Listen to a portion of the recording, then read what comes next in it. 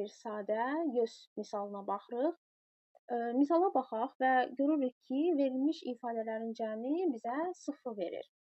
Sadə qaydadır, hamımız bilirik ki, modul ifadə mənfi qiymət ala bilməz. 0-a bərabər ola bilər və o cümlədən müsbət qiymətlər ala bilər. Lakin mənfi qiymət ala bilməz. O cümlədən də cüt dərəcəli kökdən çıxan ifadələr də mənfi qiymət ala bilməz. Buna əsasən də biz belə fikirləşə bilərik ki, bu müsbət qiymət alsa, bu da müsbət qiymət alsa, bu cəm bizə heç vaxt 0 verə bilməz. Deməli, hər iki ifadə ayrı-ayrılıqda 0-a bərabərdir. Beləliklə, onda yazırıq. X çıxılsın Y üstə gəlinsin 1 modulda bərabərdir 0. İfadəni olduğu kimi yenidən yaza bilərik. Bərabərdir. Biri də bu tərəfə keçirsək, X çıxılsın Y fərqi bərabərdir mənfi 1-ə. İkinci ifadəyə, yəni kökdə olan ifadəyə baxırıq. 9x kvadratı, əgər kökdən 0 çıxırsa, kökaltı ifadədə eyni qiymətə, yəni 0-a bərabərdir. 6xy üstə gəlinsin y kvadratı, bu bərabərdir 0-a.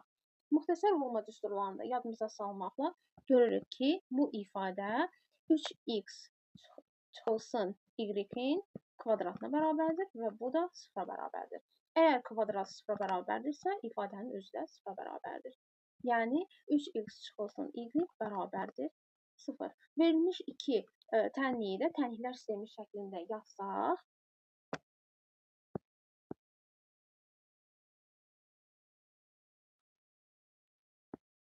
3x çıxılsın y bərabərdir 0. Gəlin birinci tərəfi mənfi 1-ə vuraq. Onda toplama qaydasına əsasən y-lər gedir və beləliklə qalır. 3x çıxılsın x, birbaşa yazaq 2x bərabərdir. Mənfi 1-i də mənfi 1-ə vuranda 1. Beləliklə, x-in qiymətini 1 bölünsün 2 kimi tapdıq.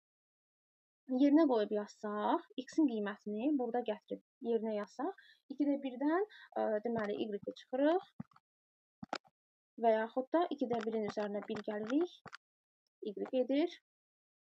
Onda y-in qiyməti də 2-də 3-ə bərabərdir.